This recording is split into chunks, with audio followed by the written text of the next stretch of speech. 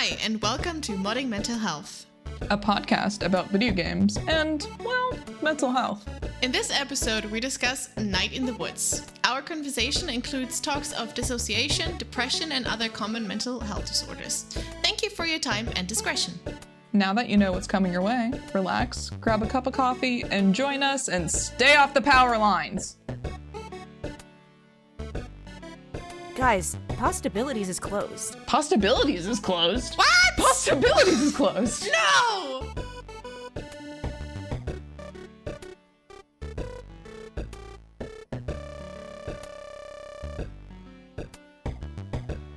Welcome everyone to Modding Mental Health, a podcast about video games and mental health. Welcome in to our very incredible special episode here with a special guest.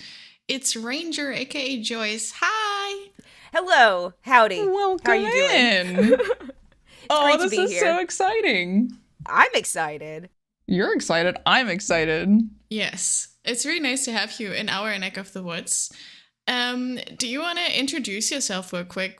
Well, I'm RangerJerce on Twitch and Twitter, and my name is Joyce, and I like video games, and I like hanging out with my friends online, like you guys, and I work in a library, so I like books, and I also have experience with depression and other things, and I'd like to see it in video games, so I'm very excited to discuss that in the podcast. I'm very excited to talk about the game. Maybe quick before that, anything interesting happened, Kat? So, okay, I narrowed something down. Ooh. So remember last week when I was already out of it from like a previous episode because we played Neverending Nightmares, and that gave me so many dissociative episodes, and I realized it was from that afterwards when I was like, why am I so out of it? It was because of that game. Definitely. Wow. Because Well, I only gave it 2 stars for a reason. there we go. Because I thought like so much time had passed, and it had been like 3 weeks since we recorded that or something. It hadn't been. It'd been like 2 days. And I was like, I'm so sorry. I haven't edited yet. I don't know what's wrong with me. And it was literally because I had no sense of time. That's literally it. And I've also noticed whenever I have like episodes like that, I become so apologetic. For what reason, I don't know. Like even towards Wyatt, I'm like, I'm so sorry. I'm being like, I think it's noticeable. Like I'm physically being weird. And I feel like I have to apologize for making other people feel weird. But if you have no idea what's going on, you think I'm just apologizing for like nothing, for sitting there. So if I just start randomly apologizing, just tell me to go sleep. That's all I need to do. Aw. Have a good nap. For Little real. snack. Yeah. That might be like somehow connected to how we are brought up. Because I feel like especially when you like brought up as someone who identifies as a woman, like you are told to say sorry more. Like I catch myself doing that too a lot.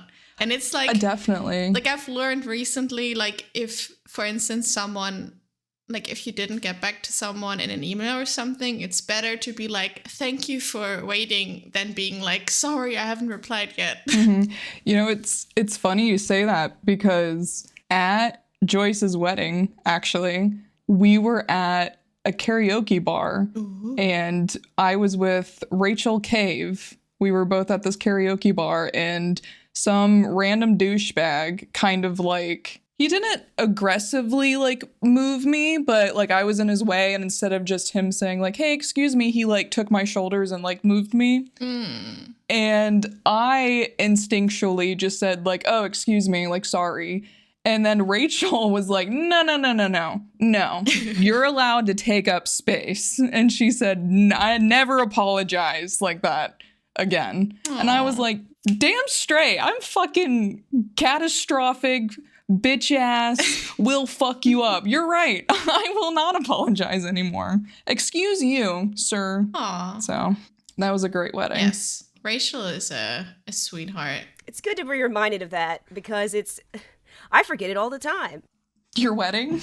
Well, no, not that. To not take up space, like to stop apologizing for being around anyone For real. or being a mild inconvenience that you perceive. Yeah, I feel like it's a very like long learning curve. It's no, I totally get you. I do the same thing, and it's like sometimes even whenever I perceive myself as an inconvenience, that doesn't always have to be the same to other people, A, and then 2, someone told me, like, the other person is an adult too. They can figure it out. So, like, even if my neighbor is like, hey, can you do this for me? And I'm like, I can't do that right now, or something like that. I don't have to be sorry. But just like, but they might not like me then. Get over it.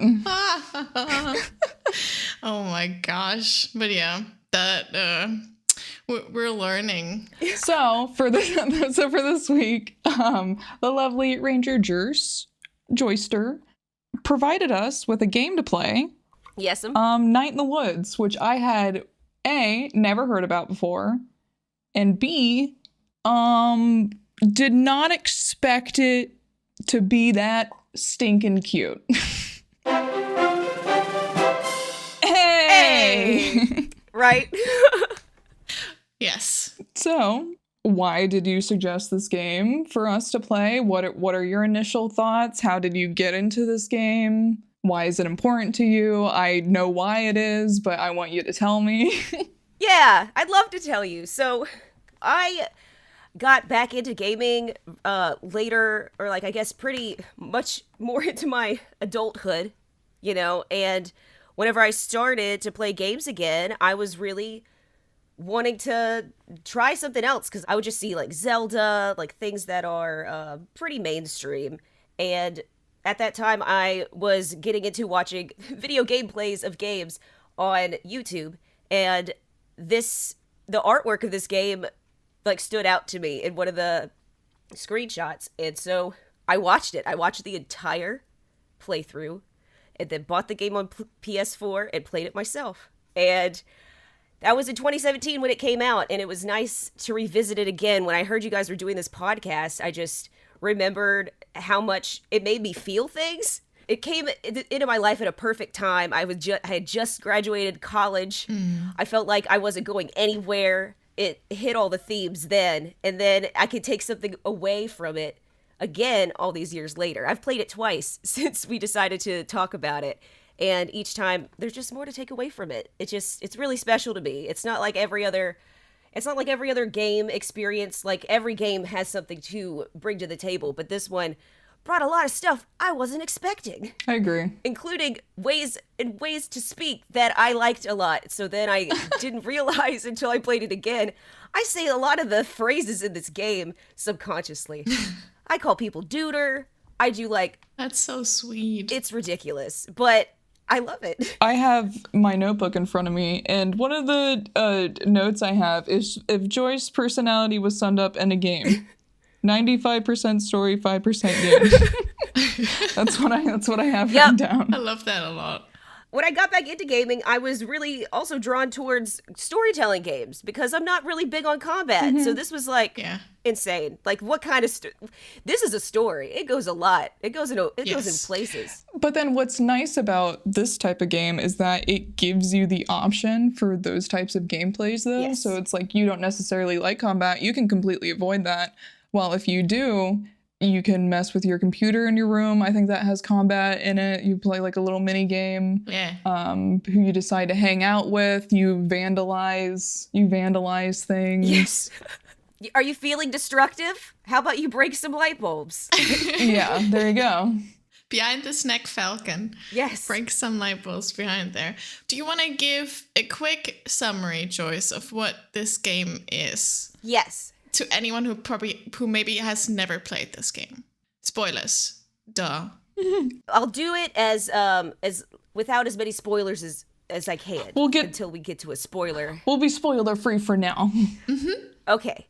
I'll do my best. Okay, Night in the Woods is about a beautiful cat named Mae Borowski. They live in a world full of anthropomorphic animals. There's also other animals that don't speak, but we don't talk about them. We just admire them for who they are. When you start the game, it opens up a little bit like Stardew. You have a little bit of a reading portion. You can choose what is read, and then you're in the game. And you're May at a train station. You've just arrived back home to Possum Springs, of all places, and you've realized that your parents forgot you. And it seems like that really bothers you, even though you're trying not to. And you find your way home, and it's kind of a beginning or a reflection of how the whole game's gonna be. You're finding your way home now, but you're kind of also trying to find yourself along the way, I feel like. So you get home. Things are weird, obviously, because your parents left you, and then things are weird in general because no one knows why you're home all of a sudden. You just left college at 20 years old, and everybody's confused, and I think you are too, and the whole game is you trying to figure that out. But then it gets super weird. There's a mystery afoot. You find an arm. Yeah. You find body parts. You're starting to find body parts on the street, and you're not exactly like, how did this get there? And Poke it with a stick. Yeah, you poke it with a stick first, because who does it?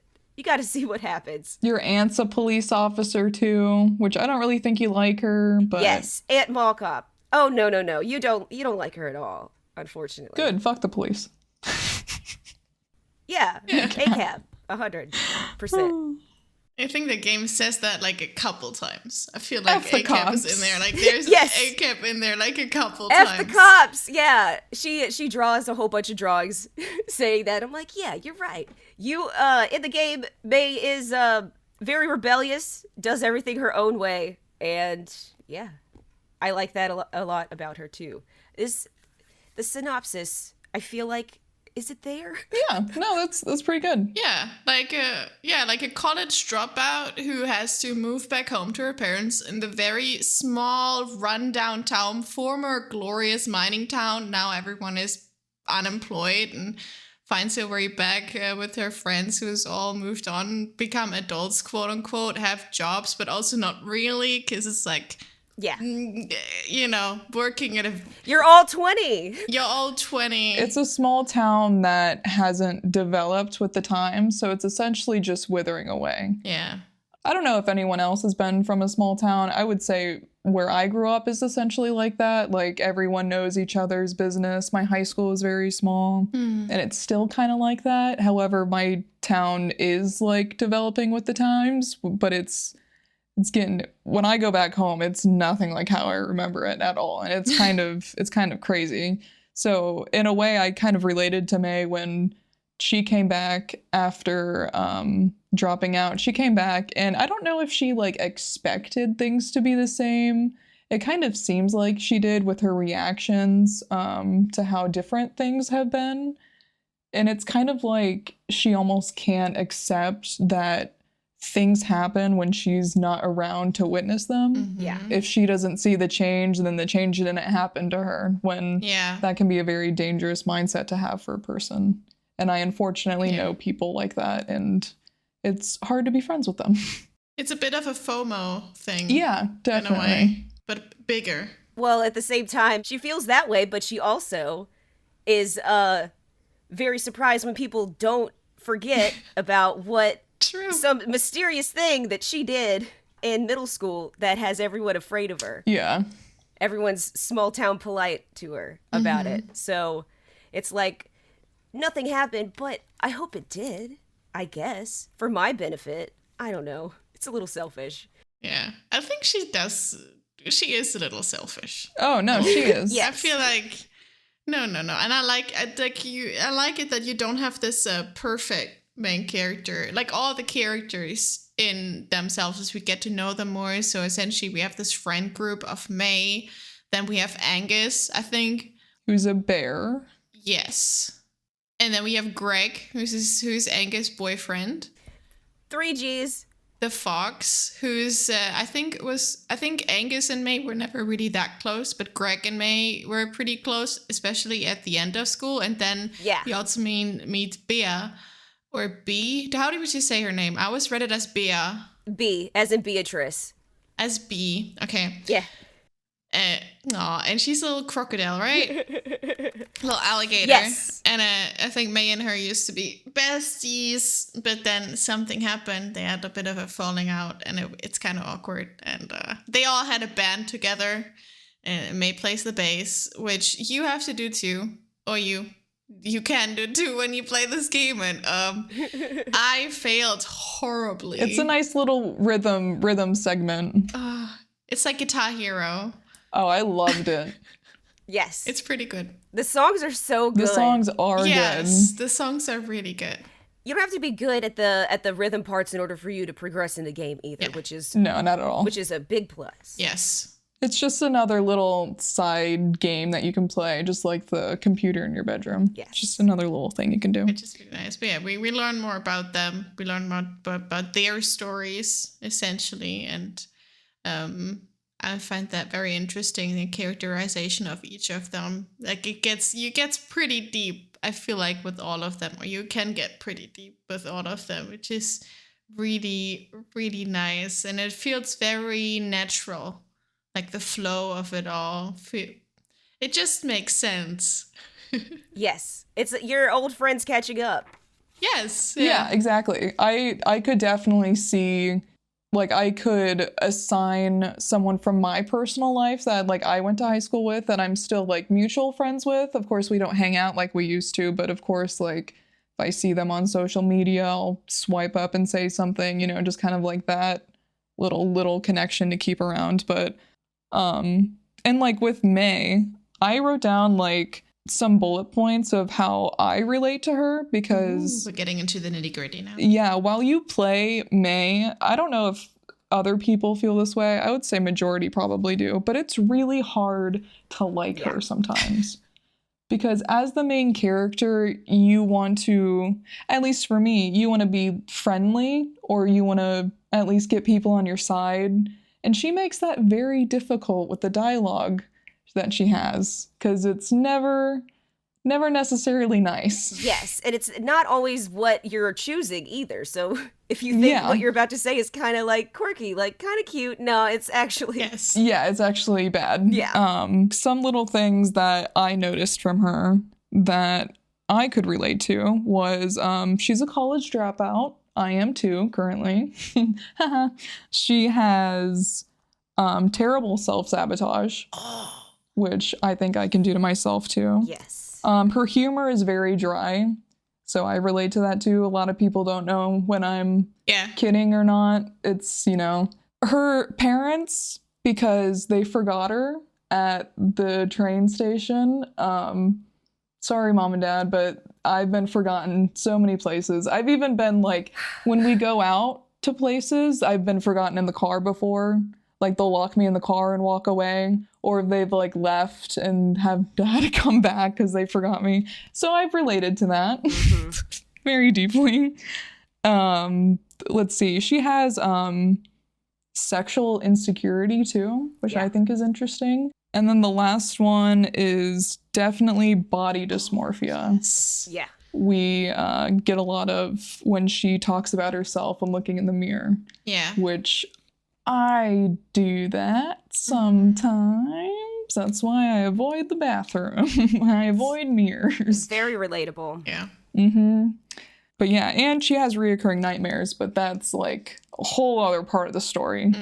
Yeah, those are just some little quick bullet points that I kind of found interesting. Did you have some similar thoughts to that, Joyce? Well, I relate a lot to how she sees herself and the humor aspect of May as well. I have in big letters here social anxiety. She obviously has it. Yeah. What about you, Messenger?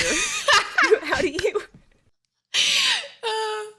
I actually found it, so I think it's interesting that you guys both said it was sometimes a bit hard to play her because she's not the nicest of people, and she's not the nicest to other people that maybe you would want to be nice to. Even though, like, IRL, I'm definitely like this people pleaser who would love everyone to like her. in the game, I found it very cathartic. I'm like, yeah, I don't care about you. Fuck you. It's just not gonna be nice. I liked it. Do you think it's because you like can't do that in real life? Do you think it's because you can finally do it through May that you like have a little bit of pleasure? Yeah, Well, I feel like for Joyce and I, it's like, I want to get away from being an asshole of someone. I need to be nice to someone. This is getting a little too. No, I think so. Yeah, I think that has something to do with it. I still have to characterize that, but that's just the first feeling I had. I felt it very freeing not to have to be nice to everyone. And then they still liked me. Yeah. Like some of them, they didn't find it like, they didn't take it personal. I feel like maybe I could learn a thing or two about that should write that down. See, there you go. First lesson. You're allowed to be rude. You're allowed to be rude sometimes when you don't have to have everyone like you. There you go. And maybe even they will like you. Just gotta take a chance. Just be rude when you feel like it. Yeah. And sometimes it'll work out in your favor. You just gotta be you. It's okay, that's so weird. Just a little tension. That is so weird. I had a dream last night where I was in like a classroom situation and my old boss actually was teaching it or something, and he like made all these like rude comments that he would do like when I was working there, like I wasn't working fast enough and like what are you even doing, and like we took a chance on you and you're like disappointing us and stuff. And like Dream me at some point like looked at him and was like, you're an asshole. And I just left the room. And I woke up feeling so powerful. And I don't know what happened today, but that was a very good moment. I literally just remembered that. So maybe I should just foster that a little bit. So maybe that's the May. Maybe I played this game a lot now. It's like coming out. So one thing I've also noticed about May that I could relate to too is that she makes a point that she says that she wants to hurt and that she wants to lose. I relate to that because in like my logic is it's good to lose. Oh, yeah. Because then you know what winning feels like, right? Because I feel like if you always win, that's just like another norm. You know, you don't have the push to like be better. If there's always sunshine, right? You don't have you have to have the ups and the downs. Otherwise, it's just a line and doesn't feel anything. Because she comes off as such like an extroverted character. So it's despite how extroverted she attempts to be, she is still so shy and reserved, which I feel like I can be sometimes. I feel like I'm open in the sense where I'm get you to like maybe relate, but never enough information to like really make myself vulnerable. Oh, Joyce is I don't know pointing. if that's necessarily true, but yeah. Yeah, sure. I feel like, okay, in general, this game is really big, right? So we're probably not gonna be able to cover everything that happens in the game. It's like 10 hours long. In this episode. Yeah, but you can make it even longer if you just play for longer. Like the amount of time you can spend on this game. No, it can definitely be, especially if you go through, like if you scour the town every day, which I recommend doing if you are playing the game, and talking to everybody. I had to stop doing that. I understand. It's like you can have these whole side storylines with sub characters like Germ or Lori M, and like all of their excursions are incredible. And then that's a whole other, there's two other characters you get to see a little bit more of what their experience is like in the same town that you grew up in. It's all so different, and they just, one of them grew up over the train tracks, and you can relate. And they're all such interesting characters, and they all have a little bit to bring to the table. Like Germ's really nice and goes out of his way to make May feel good because he could see that she's struggling. But the ones that we get to spend the most time with are Angus, Greg, and B. And I wanted to ask you guys, who did you end up spending the most time with? Because I know that's a big aspect of the game, is having hangout times with your old pals, B and Greg. I did B. You did B? The B route. I went the B route because, well, I don't know. First of all, I thought she was a very interesting character. And I didn't know if there was a possibility of there being like, I don't know, like a romantic subplot. And I live by like, if you can be gay in a game, you're gonna be gay.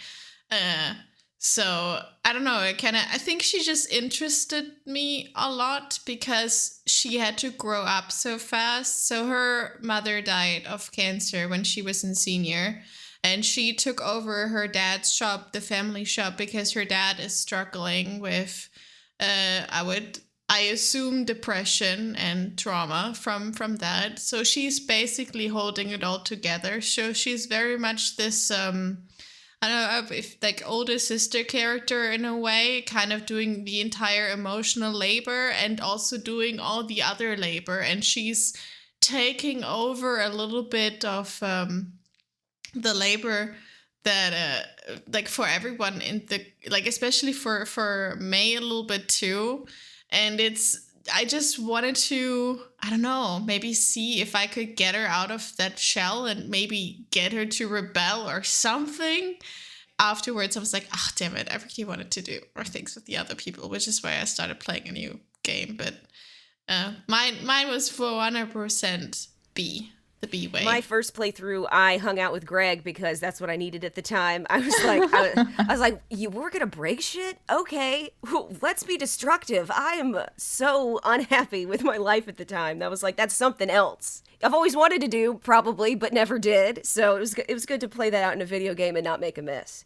But this time, I realized that I just totally went over B the first playthrough because I saw that she was like, I saw that it was going to be a heavy subject and I couldn't take it at the time.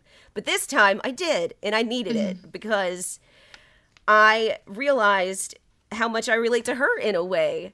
In a lot of ways, actually, having to grow up very quickly, like feeling so rejected immediately for whenever she does make contact with May again, because she completely forgot that her mom died. Yeah.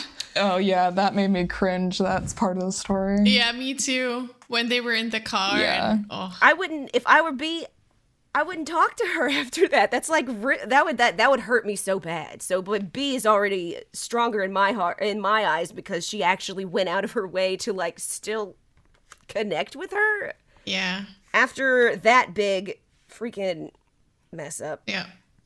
How about you, Kat?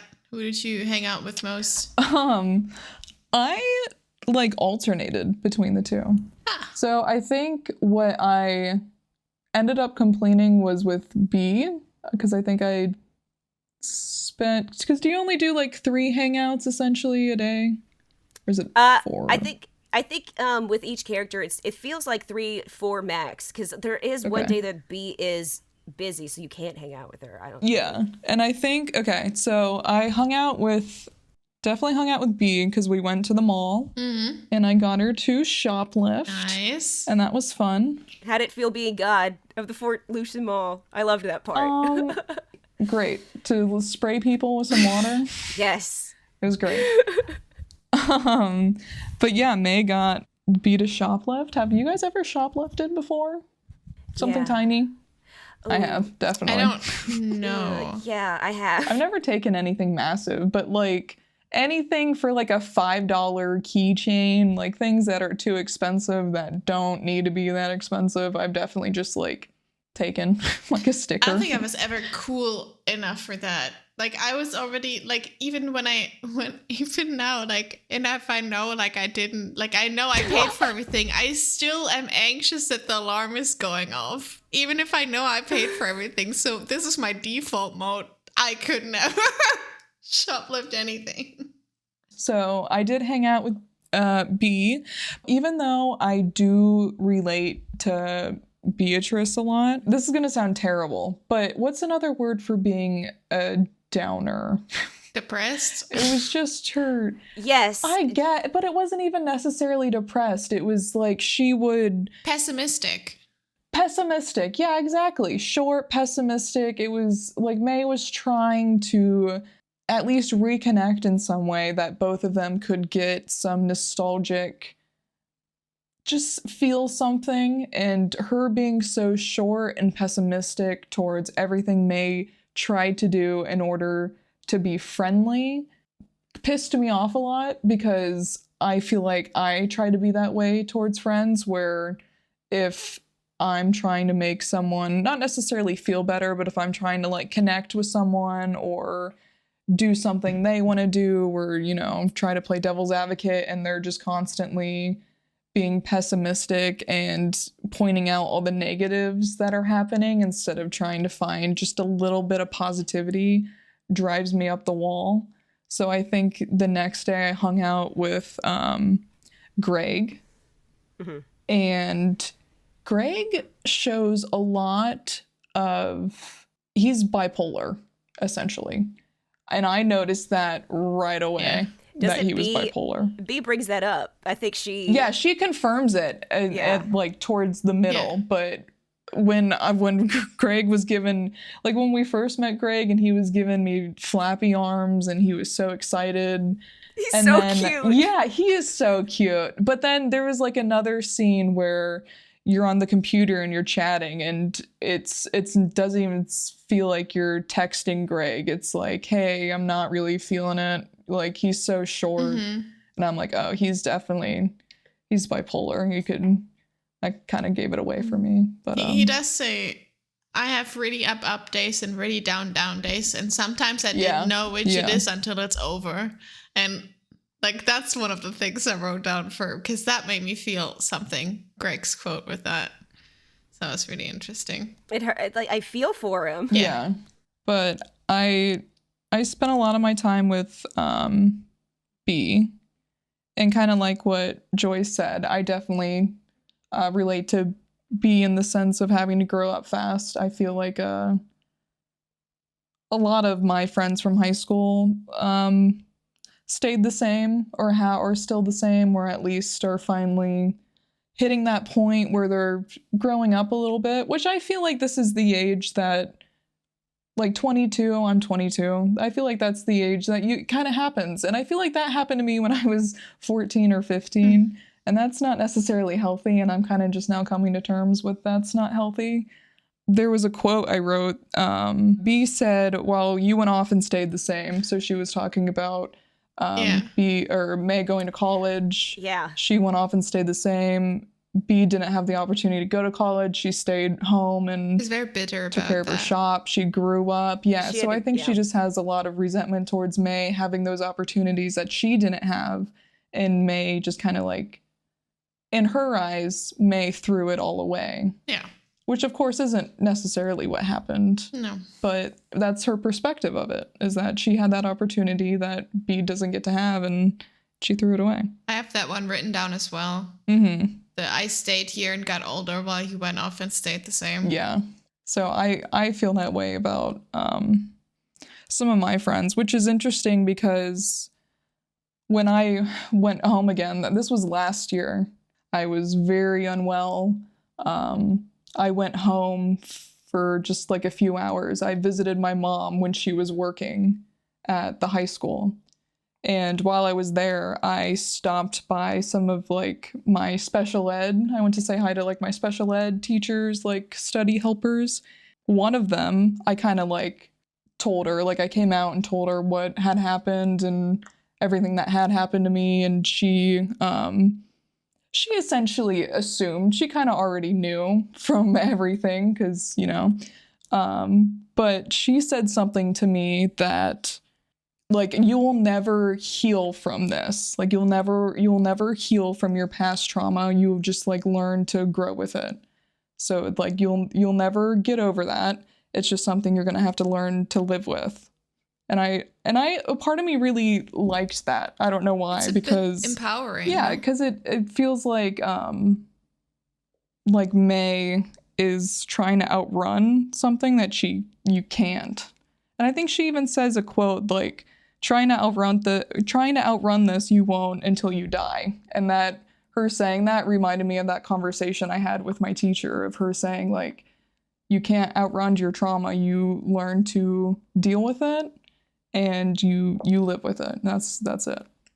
So since you guys went with B, so y'all went to the party, the proximity party? Uh-huh. Mm-hmm. I cringe. Oh my gosh. So, yeah. Oh my gosh. She could not read the room at all. But how did you guys feel about Selmers?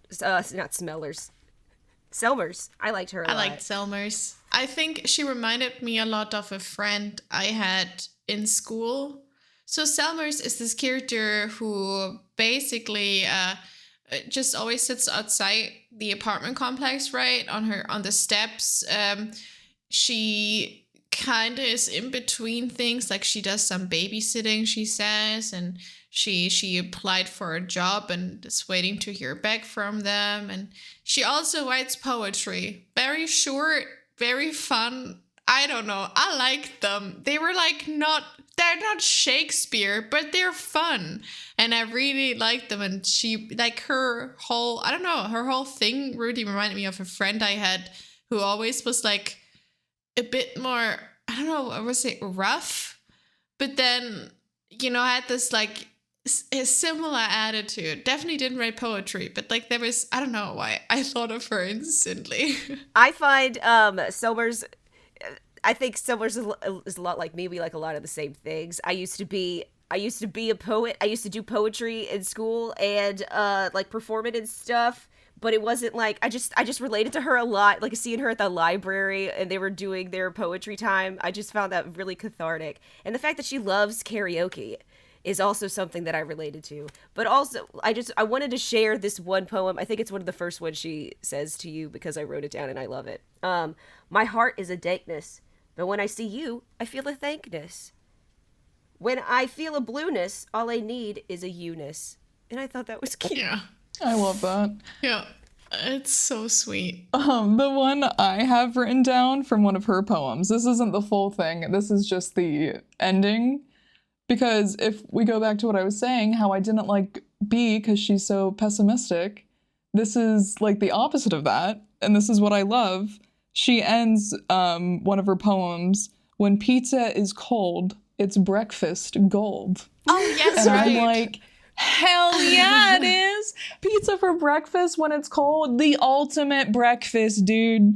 You had great warm pizza for dinner. Now you got breakfast too. It's a great way to look on the bright side. Yeah, it's a bit like when life gives you lemons, you make lemonade, but with pizza, which is, I guess, a bit more relatable. The pizza scale. This pizza scale. Very important. Pizza is good. Yeah, pizza is good. So part of the game too is that you and your group of friends, you go and get pizza sometimes. So I'm a crust eater. I will eat other people's crust. I love that. And so as May, I took Greg's crust and I ate it, and I didn't realize that would... You're crusty! I didn't realize that would open a dialogue option where Greg's like, dude, did you just eat my crust? And May's like, yeah. So I wanted to ask, did you eat a pizza crust? I did. I ate only crusts this time because I wanted to see what happened. And he's like, so you went off to college and got all fancy and just eat crusts now? Like, what is this? Perfect. I love that. Oh my gosh. Yes. I mean, she does say, I'm a total trash mammal and nothing is ever going to work out and we've never had a chance here, but I can't go anywhere else. So she says she's a little trash mammal. But that one makes me think everything is a bit like you can't really change anything, which feels, I think it's more towards the beginning of the game because I feel like May has this change of character because especially that, like, because she says we've never had a chance. I feel like especially when we get to the very end, that is very different from her outlook then. I don't know if we want to like get deeper into the mystery of the game a little bit. Sure. Do you wanna do the honors, Joyce? Yes, I do. So at the beginning, when we were towards the very beginning of the game, that's whenever you start to learn about the mystery. And it's right after we all have pizza, and apparently both of us ate all the crusts. So everyone's already feeling a little weird. You walk out of the Click Clack Diner after your first band practice, and lo and behold, you look on the ground, there's a heckin' arm on the ground. Who put an arm here? And what do you think you would do if you saw an arm? Scream? Not us. We picked up a stick and we poked at it. Did you guys squish the cockroach? Because I did. Yeah, I did. Yes, They're so gross. I did. Me too. Just you're going down, Roach. I don't know if you guys were able to. I don't know how many times you poked it, but if you poked it a certain way, you can move up the sleeve, and there's a little secret there. Oh. One of my things that during the playthrough, I was trying to get as many drawings as possible. So I tried to, and that was apparently a drawing in there. I don't think it's actually a clue to anything. I don't know, but it was a little cool. I found a little symbol. And then after you poke the arm a lot, Aunt Mall Cop shows up and she's like, "What the heck are you doing? This is a crime scene. Stop poking the arm. Everybody go home." And B takes you home.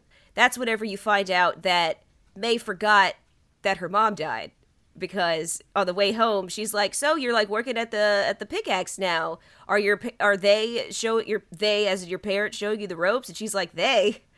She's what? "Oh, okay, get out of my car.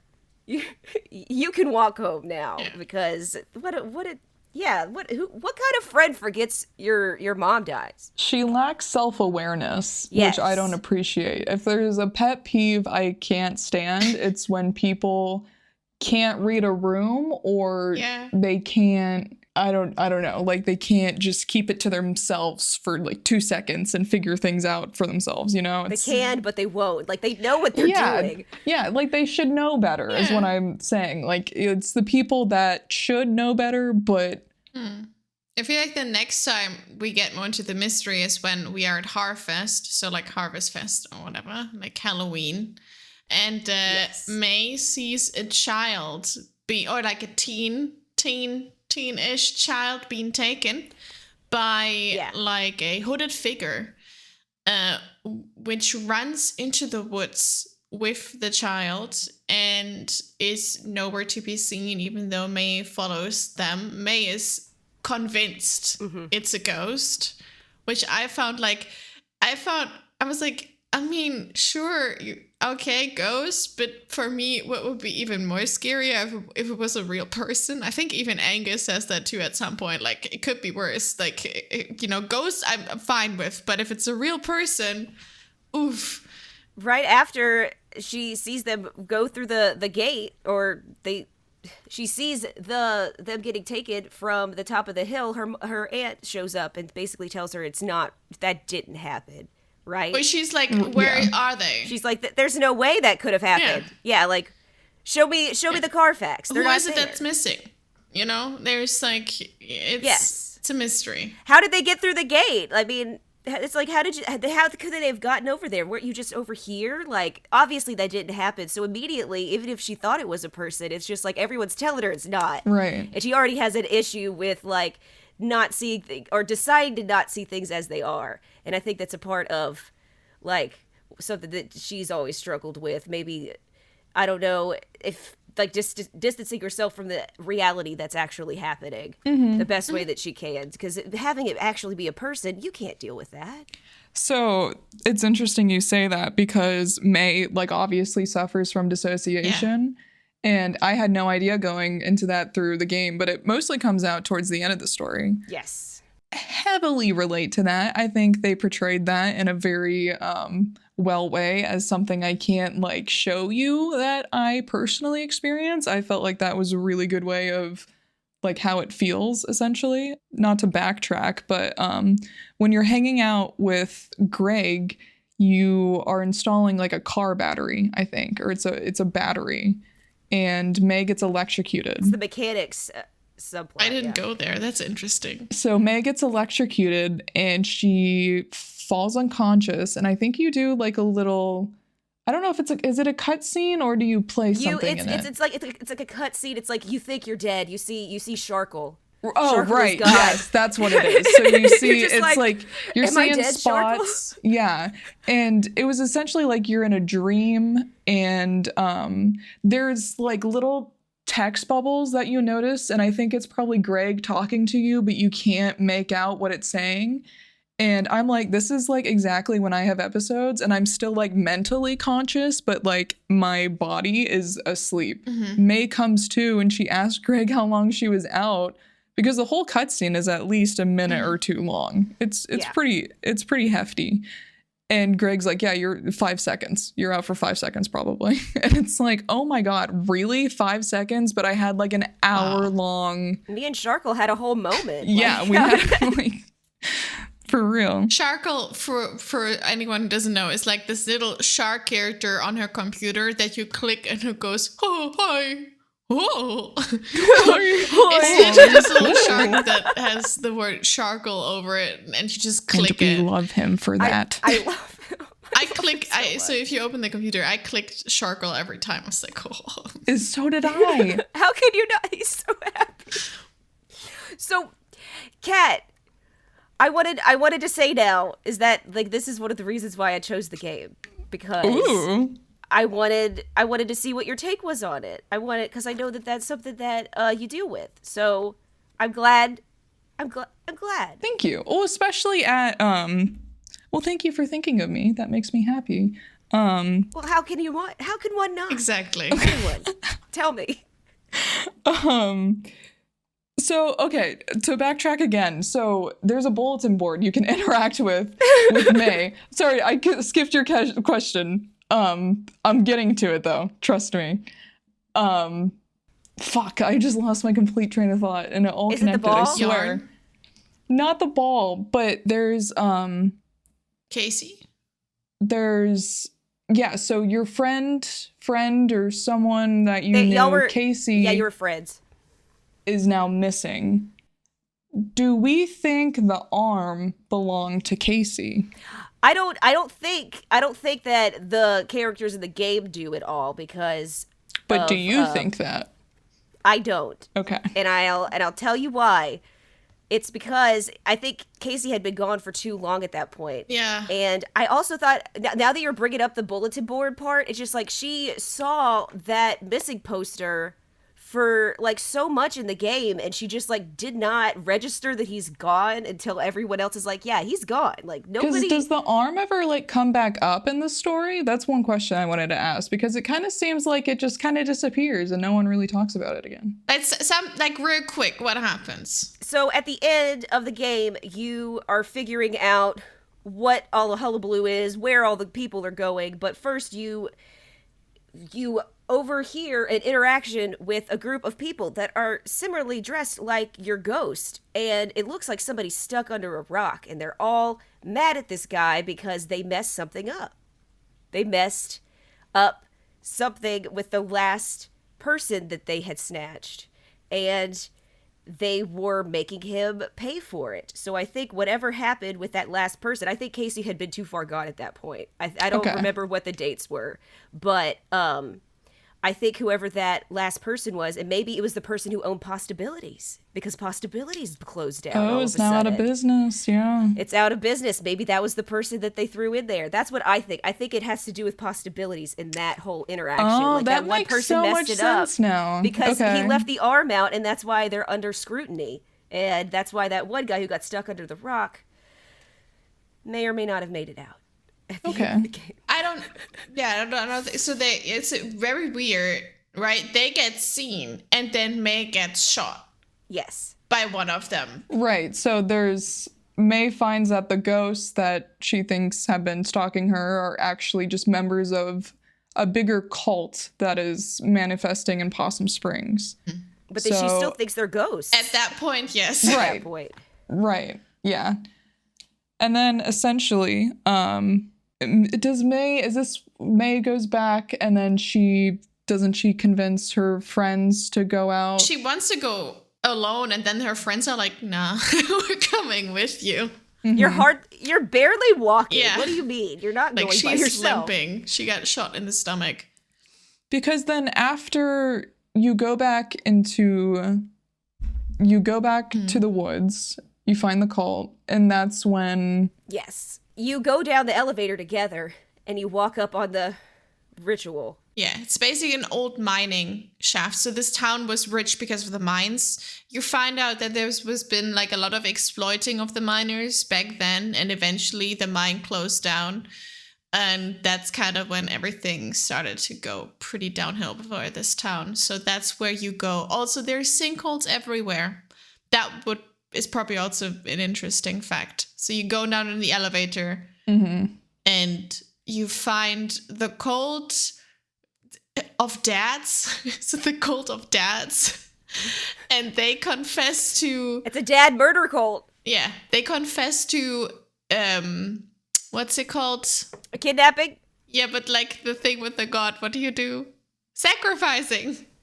Oh, Yes, sacrifice. They Yes. sacrifice this old god being that lives under Possum Springs by bringing them sacrifices and chucking them into a hole. Yeah, they mostly target vagrants and people that no one would miss, like Casey. Yeah.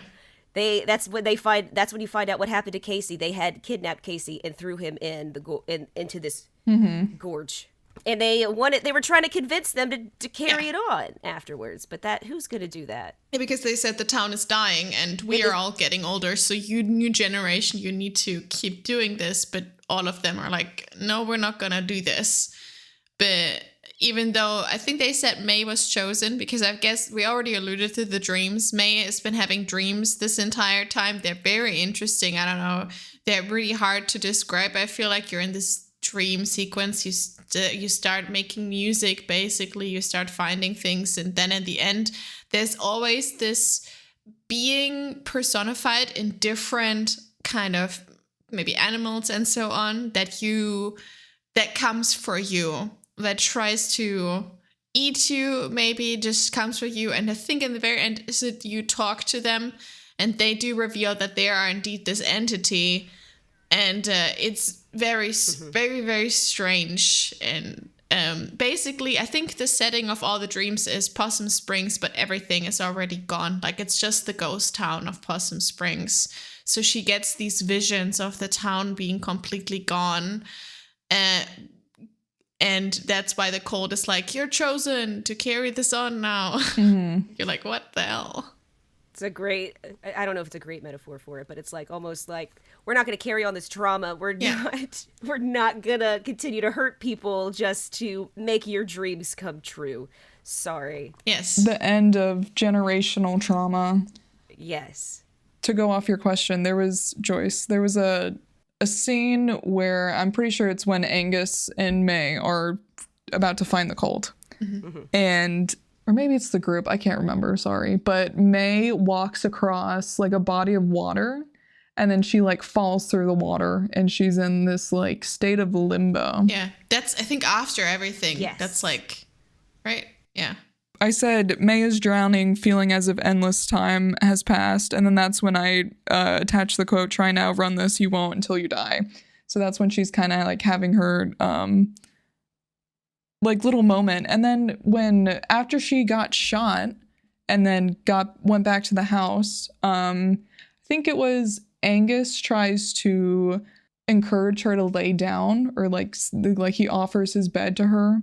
And she doesn't want to take it. She wants to be on the couch. And I took that as she doesn't want to be alone, essentially. Mm-hmm. I think she wants to be surrounded by her friends on the couch while she's suffering, but wants to have the company of people around. I definitely feel that way when I'm dissociating. I would much rather...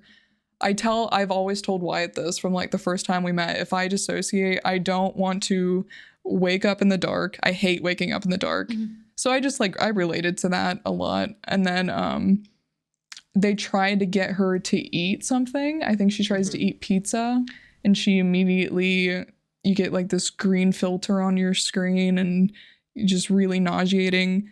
That was me trying to eat anything last year. And that's why I think I had half a granola bar every single day as like my full meal.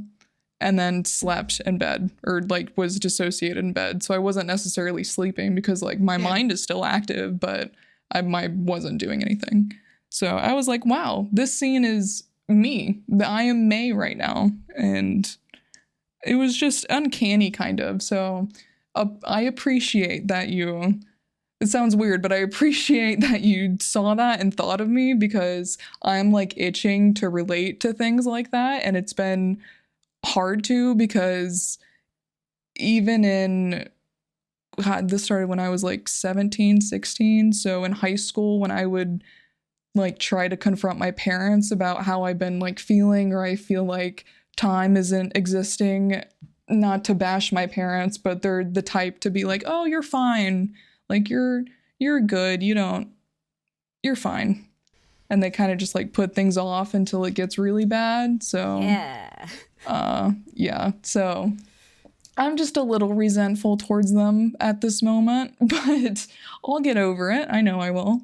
But it's just kind of I wish I had more authority over myself when I couldn't have.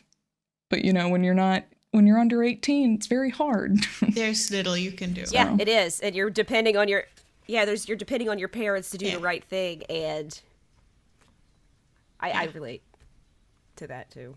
And the whole thing with because I think after that, May called her mom and told her what was happening, and not to bash May's mom, because she has her own issues too that we find out about.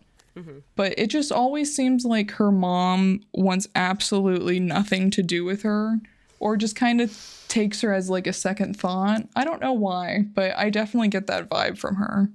Not so much her dad, but from her mom I do. Her mom's super upset about her leaving school because she put all this pressure on her, and I think that she's just like done with her after making that decision without having talking to them, which is not the most motherly thing to do, but also, I don't know, I'm not a mom. Is it motherly? I don't know. Probably. I don't think so, because I don't think it's healthy because my parents do this sometimes, where they will stoop to my level when they shouldn't have. They're supposed to be the bigger person. So them stooping to my level only just kind of influenced my idea of, I don't even know, because that's not even necessarily true for my case. But if I'm looking at it through May's eyes, I would say it influences her idea that she is more of an adult than she is. Mm-hmm. You know? Like, oh, well, if my parents are saying, like, oh, I'm an adult just like them because I'm acting just like them. And then that's when Bae slaps her, I call her Bae, when B slaps her across the face, like, no, bitch, you literally are not an adult. You are clueless. You're a kid. Yes. You've had not to grow up at all. I didn't get that at all from her mom. No. I gotta say. Because I feel like, especially... Because we do find out they have money problems, and they probably the house is probably gonna go.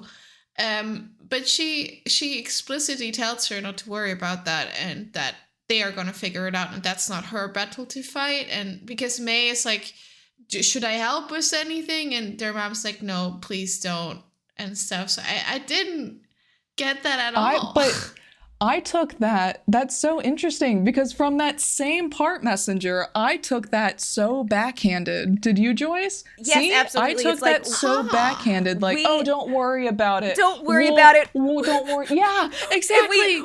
We just saved and script for years for you to go to school, and then for you to just freaking leave without us talking about it. You were supposed to be better than all of us, you know, and now, you know, we might lose the house, but you know what? Don't worry about it. You're working through it. That's how I took it. That's how I took it too. At all. I literally took everything at like face value that she said, and from just what she said, it didn't sound bad at all. I even went to her, like I went on their little exploration to Jenny's field and stuff, and it was very nice. I did that too. That was nice. Yeah.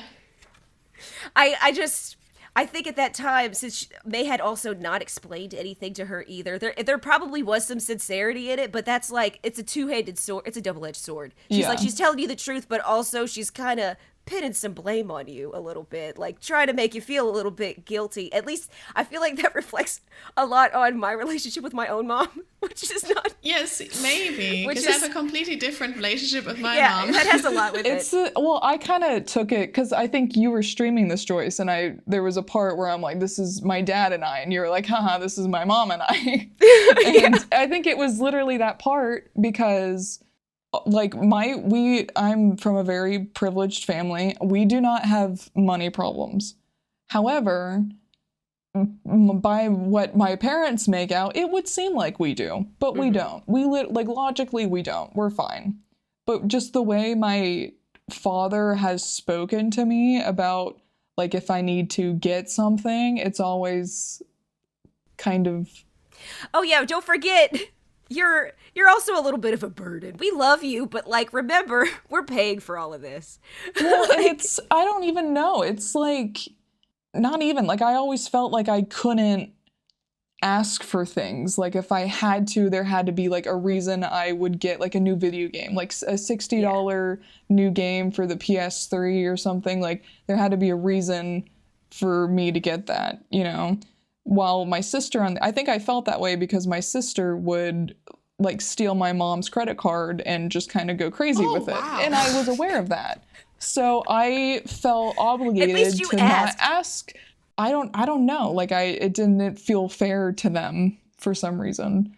But anyways, when May's mom was saying like, oh, the house might even not be here anymore. That especially. I didn't take that as them losing the house, but rather them selling her childhood home and downsizing maybe. Because my parents have always talked about how they're gonna like sell our home after I move out. They still haven't, but then they're always like kind of threatening that. They're threatening? I wouldn't say it's threatening because that sounds so harsh. It's more like, well, you guys never like visit anymore, so what's the point of having like, you know what I mean? Like, what's the point of having all these memories if you're not gonna come here and visit? Like, why are we spending all this money on a place with 3 rooms and 2 of them aren't even being used? And it like just shit like that. So that's why I took May's mom saying that as like threatening, because May goes like, well, what's happening with the house? And she's like, don't worry about it. So it just kind of felt like an empty threat to me. I'd like to piggyback on that. It's just growing up, I very young, not very young, I guess. When I was around 9, my folks decided to split. They got divorced. And one of the things as a kid growing up in a divorced home, I don't think they meant to, or maybe they did, I don't know. I got a lot of back and forth from both of them about like how expensive it was to like keep up having to go back and forth to see each other every other weekend, or like how the divorce was like maybe making them financially struggle. Like maybe if your dad didn't do this, we'd be able to do that, or like there was a lot of that back and forth, and I felt it was very like not good for like you're not supposed. In my opinion, and maybe in a lot of people's opinion, I don't know, whenever it comes to financial struggles, you're not really supposed to put that on your kid. Yeah. You can't, because what are they supposed to do about it? Yeah, like what? I'm a child. I have no power over this, but now I have all the anxiety of an adult. Like, how are we? I might not have a home in a couple of weeks by how I'm hearing this. Like, it's not appropriate. And so whenever talks like this come up now, even as an adult, I still have so much anger and like not having it nonsense. That's how I think I perceived that more as like a passive aggressive, maybe some semi-aggressive interaction. Yeah. That's why I wanted to explain how that's how I saw it that way. And maybe she was just being nice. And see, that's interesting because I think it's you and I have that shared, like, I guess trauma. Yeah, Messenger doesn't. So I think it's interesting how we like, well, especially since it's like you're reading the dialogue. There's no tone. And I think a lot of human nature is tone, how you present something. So in my head, of course, I'm reading it sarcastically. Messenger was not reading that sarcastically in her head. You were reading that like pleasantly. And I think that's just so interesting how we're able to do that. I think it's great that they didn't do voice actors for that reason, because that it makes it a lot more easier for you to take away the message that you take away from it. It's going to be different for everyone. I love this. Yeah, I think that makes it so special. Yeah, no, I think like, because I feel like everything like that happened a lot later for me. So my parents split when I was 19. I was already not living at home anymore. I was already at university. And my dad moved out. My mom kept the house because my brother was still living there. And she had a praxis there for physical therapy. Like a, I don't know, studio. I don't know what you call it, but she sold the house in I think like 3.5 years ago now. But that whole thing was very very weird, like because it definitely was this whole thing of like I lived here all my life, or most of my life, like since I've been 5. Mhm. So my brother basically lived there this entire life, more or less, just 1 year not there. And now it's gonna be gone, technically. Like you can never have this feeling or this of coming back into your own like childhood place. Mhm. And that is a very like emotional feeling. Like I definitely like it still makes me choke up Sure. when I like talk about it. It makes me like it's very. I feel like the last time I was there, like I took pictures of everything, and it was very like, this is the last time I'm gonna walk down the stairs. It's so weird, and yeah, I don't know. Right after it, I felt a lot of I don't know, like resentment towards people who still had all that, who were like, yeah, I'm just gonna go like home for the holidays or something. And I was like, well, What's home? cool.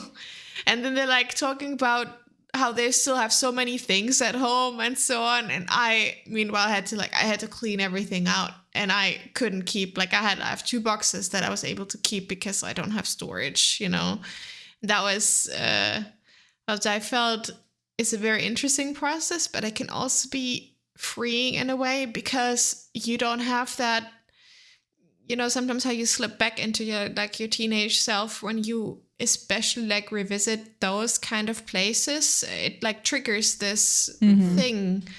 And so now I don't have that in that way anymore. Like I'm not slipping back into child me necessarily, because everything I know now, like when I go to visit my mom, that's all things that only grown-up me has known how that looks like. So it's not, I feel like that changed the relationship too. And May is like very much slipping back into this child self, like, when she goes home. And yeah, it's very interesting. Like it definitely like it gives you like a push to figure yourself out a little bit more and not have yourself be identified by what happened. No, that was great. No, I think you're right, because when May comes home, because even B points this out, she's in her high school state of mind again. She's surprised by how everything changed. She just assumes everything's going to be the same. She's back in high school. While for me, I think the difference between May being childish and then someone who's like matured from that. So for me, when I go back home, I mean, it feels like it's more of my parents' house now. Like it's still home, but it now just feels like my parents' house. Because when I go there, my sister's room isn't the same. It looks nothing like how it was. My room is essentially like there's just random things in there since Wyatt and I have moved. Like I'm fortunate that I could just take all of my things from my room and decorate my apartment with it. That's what I did. There's Wonder Woman everywhere. But it's weird going from, like, when I go home, I don't feel as attached to it. Like I want to. Like when I go, like I'm excited to go home, but I'm more attached to the memory of it because when I go there, I'm like, oh, it isn't the same. But then that's kind of refreshing to me because it's like you said, you don't get caught up back in your high school self. You don't go back to who you were. You are reminded that you've grown from that moment. You're a new person. Time hasn't stopped. Like so much has changed. And I think that's like a healthy realization too. And it's disappointing that May didn't necessarily have that. And whenever her mom says that, she's like, it's jeopardizing she like that doubles little down. Yeah, she can't go back to it. She want the place that's the most comfortable for her, and I think it would probably do her some good personal growth if she didn't like if she were to take it the way that you did. I think. So this is why like I'm also grateful to have Wyatt in my life for many reasons, but another thing is because he showed me that, like, for example, when I said me asking for things from my parents, even if it was something like a necessity, like a new pair of tweezers, for example, I go up to Wyatt and I ask if I can use his like Amazon to order a pair of tweezers. And he's like, why are you asking? Just do it. He's like, you don't have to ask. So, like, that's a necessity. If you need, like, shampoo or soap, just order it. You don't have to ask to use my credit card. Just, like, do it. Like, we both need that. And I'm like, you're right. I'm fucking 22, dude. I can do whatever I want. That's fucking crazy. Wow. But yeah, so I got tweezers coming in today, guys. Don't worry about it. I'm so proud. We got Yay! tweezers. But yeah, it's just we're asking for forgiveness now. Whoa. Yeah. And then also your needs are you have your needs. Do you guys want to talk about the end of the game? So when she's in that water thing, I think, Kat, you already talked about it, right? When she's going through that water in that cave, she's kind of drawn to this other dimension in her head, maybe, possibly, to that deity or whatever it is. What if it thinks it's a deity?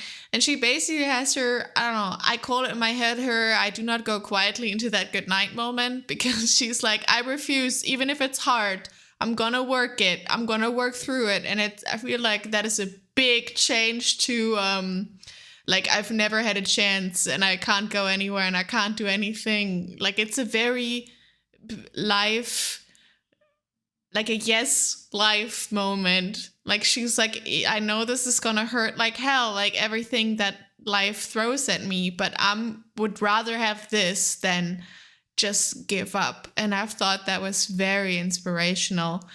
And also they trapped like a good 10 people down into the mines, and now they're like slowly starving to death.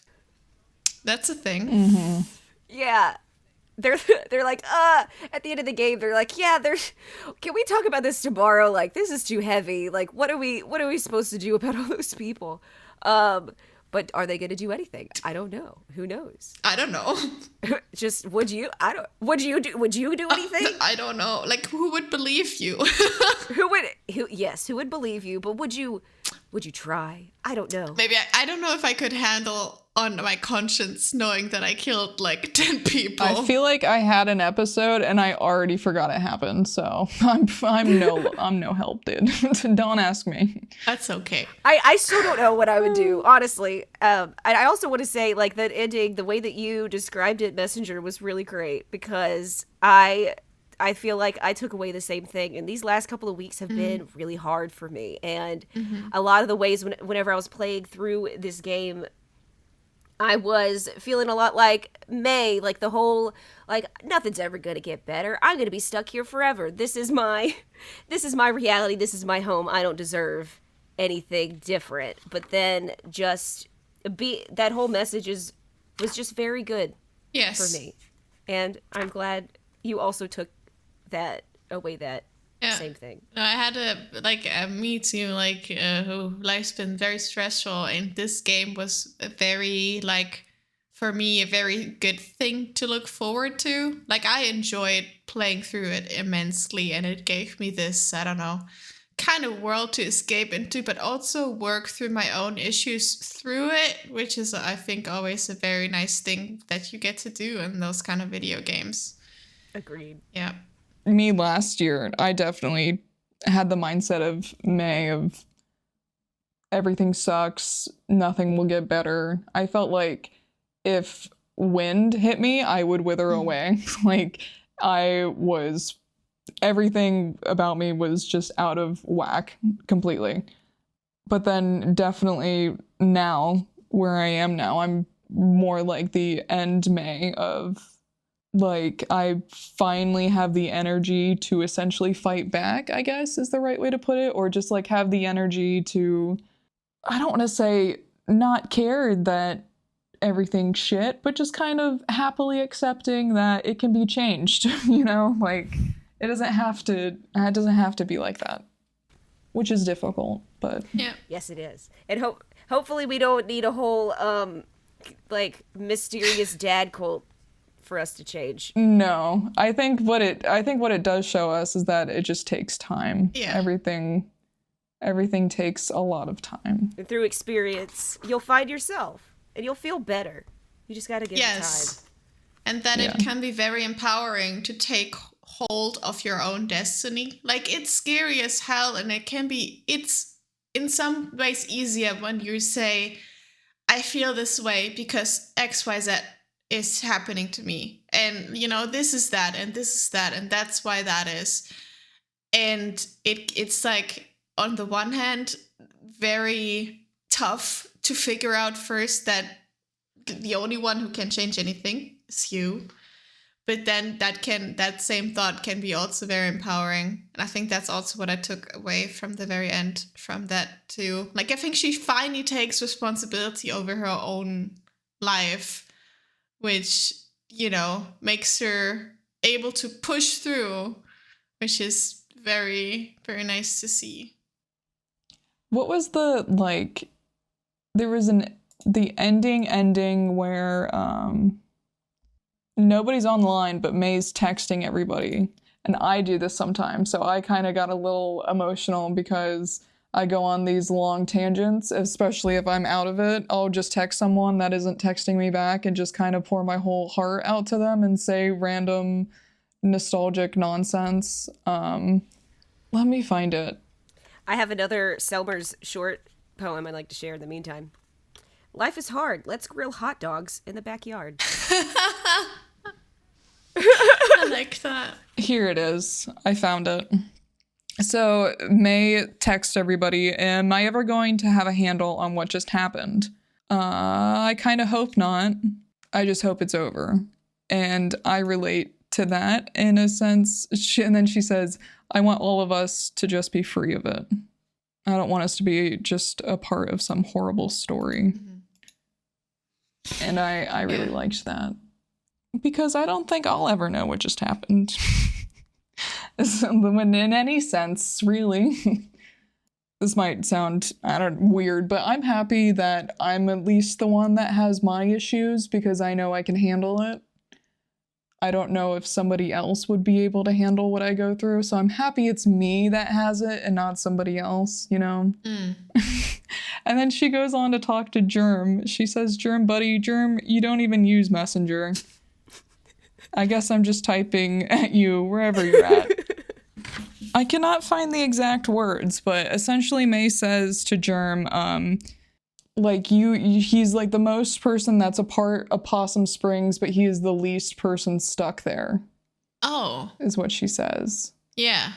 And I thought that was genius because I kind of like what we were saying. You can go back to your childhood home and you can go back to everything that made you your high school or your elementary school self, but as long as you don't fall back into being that person. Yeah, it's like he's there, everyone's in their hometown right now, and he's the only one that doesn't feel stuck. He seems like he's the only one who's kind of okay with the situation and doesn't feel like he needs to stay or go. He just is content, which is nice. He has a totally different perspective than everybody else at the time. He's such a good guy. If you guys play again, I really want you to spend time with him. I will, because I definitely missed out on that for sure. So I'm definitely going to do that. I also don't know if anybody spent time in the church. I did. I did. Did you guys fall asleep on the sofa? No, I didn't. Yes. Oh, what happens? Okay, so if you fall asleep on the sofa, you see your granddad as a ghost. And he comes and sits next to you, and also playing this again after losing my grandfather a couple years ago, that I was crying a lot through this playthrough and I needed it. Yeah, good. Yeah. I realized, and it's just so sweet. You could tell how much she misses him too, because she brings him up all the time, and yeah, it's like the first thing she writes in her book is Rip Granddad, I think, isn't it? Yes. Any last important things that you guys want to say about the game, or any more takeaways? My final thoughts are, even if you're going through something, and even if you're not, if you are someone that doesn't have depression or any sort of mental illness situation, I think you would take something away from this. And even though those that suffer from it will too, it feels really nice to be seen in a video game that came out in 2017 that is great. And I wish more games, I hope there's more games like this out there. I love this podcast for that reason, because it's another way for me and other people like me to hopefully find more games that speak to us. And that's my biggest takeaway from this, is just learning, going into something to have a good time and coming out a different human being for it is just a powerful thing. And that this game does that. Yeah. So many good reasons to play it over and over again and get something else out of it each time. Right. Like me, I'm probably going to play it some more today, for example, because I love it so much. Yay! So no, I definitely agree. also love yourself, and you're not a total trash mammal. Even though nightmare eyes sound really cool, and they probably are in an artistic sense, you don't have them. Yeah. You're beautiful, and I love you. Greg said he was parking lot trash, and that made me so sad. Aww. Yes. Be nice to yourself, or I'll be nice to you. Exactly. Because even if you just jokingly make self-deprecating jokes, your brain cannot differentiate it between being a joke and being real, so your brain starts to believing it. However, if you make jokes about yourself like, I'm so handsome, I'm so sexy today, I'm so intelligent. Yeah, why do you think I call myself a fucking great-ass girl gamer? I'm fucking Yes. gamer poggers, dude. That's how- Just do yes. it. You're just saying the truth. Yeah, no, actually, and it becomes the truth. What about you guys? No, I agree. And I think even coming out in 2017, it still holds up, Yes. like, for today's environment. And I think it will only age better as it gets older. I Agreed. definitely see it just becoming a better game.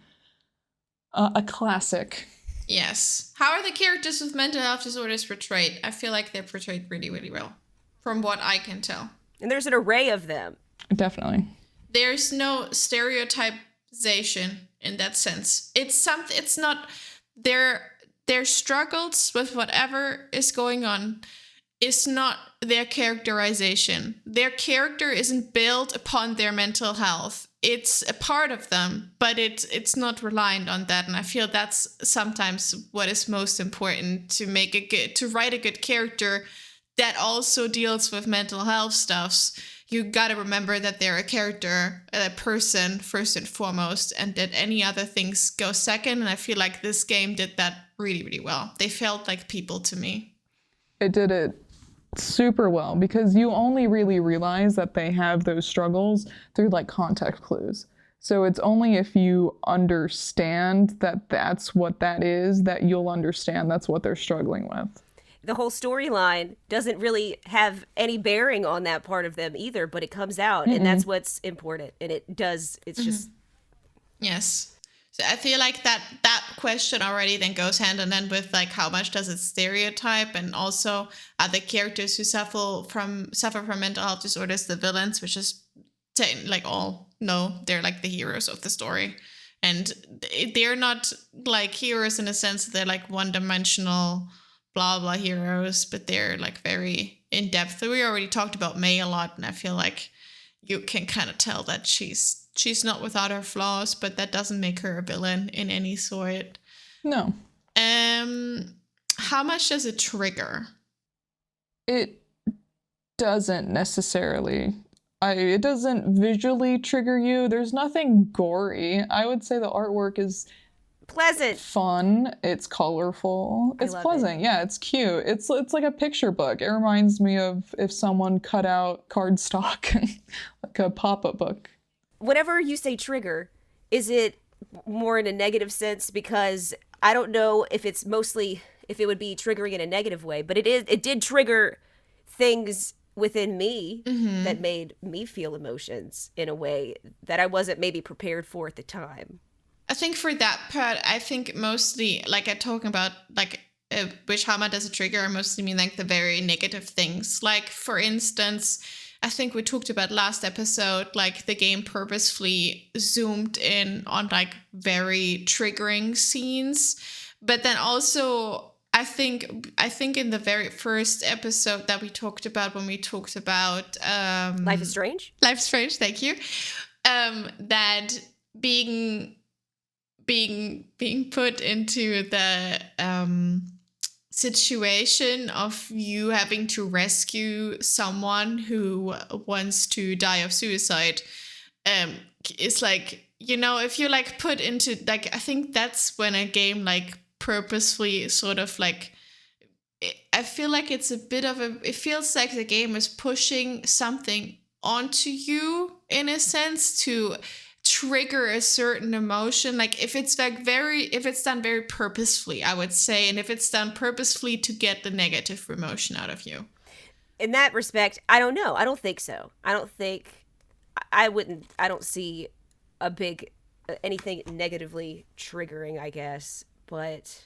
No, I think it's all done very well. It's well written. Everything is believable. There's nothing like forced down your throat of like someone struggling with something. It's all just very organic. Exactly. I think so too. I feel like it's flows into each other, and I don't think there's a point where you're like, where did that now come from? Why did I have to see that? You know, it doesn't. Yeah.